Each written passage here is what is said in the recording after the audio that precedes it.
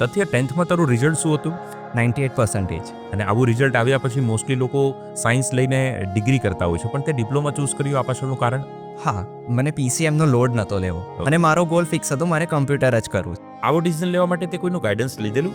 હા, મેં ધીરજ સરનું ગાઈડન્સ લીધું હતું રોયલ ટેકનોસોફ્ટમાં, અને એની જ સાથે સાથે મેં રોયલ ટેકનોસોફ્ટના કોર્સીસ જોઈન કરી લીધા. અને ડિપ્લોમાનું રિઝલ્ટ શું આવ્યું? મારું ડિપ્લોમાનું રિઝલ્ટ 10/10 છે અરે વાહ!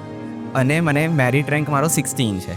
તો પછી ડિગ્રીમાં એડમિશન ક્યાં લીધું? હા, મને ડિગ્રીમાં બધી જ જગ્યાએ એડમિશન મળતું હતું, જેમ કે PDPU છે, નિરમા છે, LD છે, અને અમુક જગ્યાએ મને TFWS સીટ બી મને મળતી હતી, Right. પણ મેં LDને પ્રેફર કરી.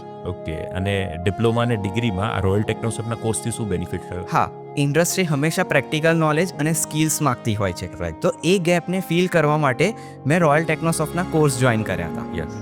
અને એવોર્ડની વાત કરીએ તો? હા, મને દુબઈમાં લીડરશિપ ફેડરેશન તરફથી મને યંગેસ્ટ સોફ્ટવેર ડેવલપરનો એવોર્ડ મળ્યો હતો.